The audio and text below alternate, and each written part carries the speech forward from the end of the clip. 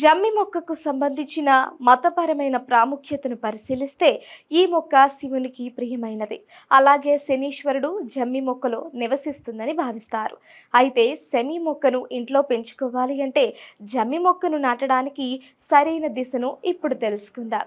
ఈరోజు జమ్మి మొక్క వల్ల కలిగే ప్రయోజనాల గురించి తెలుసుకుందాం. జమ్మి మొక్క యొక్క ప్రాముఖ్యత. హిందూ మతపరమైన దృక్కోణంలో జమ్మి యొక్క శనీశ్వరుడికి సంబంధించిన మొక్కగా వర్ణించబడుతుంది. ఇంట్లో దీనిని నాటడం ద్వారా శనీశ్వరుడి ఆశీర్వాదం పొందుతారని నమ్ముతారు. ఎవరైనా ఏలినాటి శని ప్రభావంలో ఇబ్బంది పడుతూ ఉంటే అప్పుడు జమ్మి మొక్కను క్రమం తప్పకుండా పూజించాలి. అలాంటి వారు జమ్మి ఆకులతో వినాయకుడికి పూజ చేయటం వల్ల శని దోషం తగ్గుతుంది. జమ్మి మొక్కకు మరొక పేరు. దేశంలోని కొన్ని ప్రాంతాల్లో జమ్మి మొక్కను సెమీ వృక్షం అని కూడా పిలుస్తారు. ముఖ్యంగా పూజలో సెమి మొక్కను ఉపయోగిస్తారు.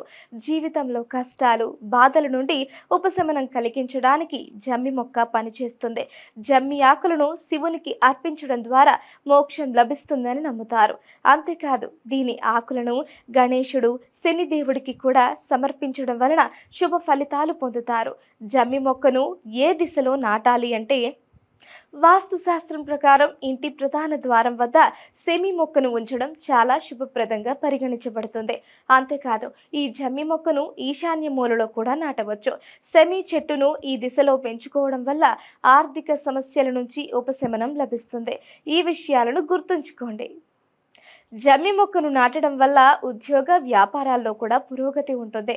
సెమి మొక్కను పెంచే ప్రాంతం చుట్టూ ఎలాంటి మురికి ఉండకూడదని గుర్తుంచుకోండి. అలాగే బూట్లు చెప్పులుగా ఉంచకూడదు.